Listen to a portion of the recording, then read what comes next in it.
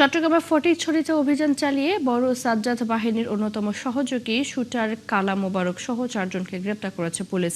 এ সময় বিপুল অস্ত্র ও গুলি উদ্ধার করা হয়। পুলিশ জানায় 2 হাতেই অস্ত্র চালাতে পারদর্শী মোবারক একাধিক হত্যা মামলার আসামি।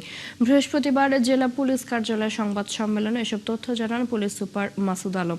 তিনি জানান, গত 13 জুন রাউজানের পাহাড়তলীতে সশস্ত্র সন্ত্রাসীদের গুলিতে নিহত হন রাঙ্গুনিয়ার যুবদল নেতা মাসুদুল হক।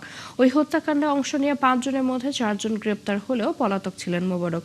সিসিটিভি ফুটেজে তাকে গুলি করতে দেখা যায়। গ্রেপ্তারকৃত মোবারক শীর্ষ সন্ত্রাসী ডেভিড ইমন এবং রায়হানের অত্যন্ত ঘনিষ্ঠ সহযোগী এবং তাদের প্রধান শুটার হিসেবে পরিচিত। তাদের বিরুদ্ধে ফটিকছড়ির জামাল ও সাদ্দাম হত্যা, রাউজানের মাসুদ হত্যা এবং নগরের সারোয়ার বাবলা হত্যা সহ একাধিক গুরুতর অপরাধের মামলা রয়েছে। মাসুদ হত্যাকাণ্ডে যে 5 জন আমরা প্রকাশ্যে দেখেছিলাম, এই 5 জনের মধ্যে আমরা কিন্তু অলরেডি আপনারা জানেন যে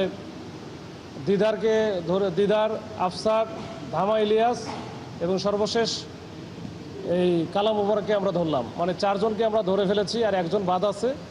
আর এর বাইরে নেপথ্যের যারা ছিল এদের মধ্যে তো আপনারা জানেন যে আমরা কিছুদিন আগে যে চট্টগ্রাম অঞ্চলের অন্যতম শীর্ষ সন্ত্রাসী ডেভিড ইমনকে আমরা ধরেছিলাম। রায়হান আমাদের এখনও আমরা আইনের আওতায় নিয়ে আসতে পারিনি। আমরা ওইটা চেষ্টা অব্যাহত আছে এবং আমরা ধরে ফেলবো ইনশাল্লাহ।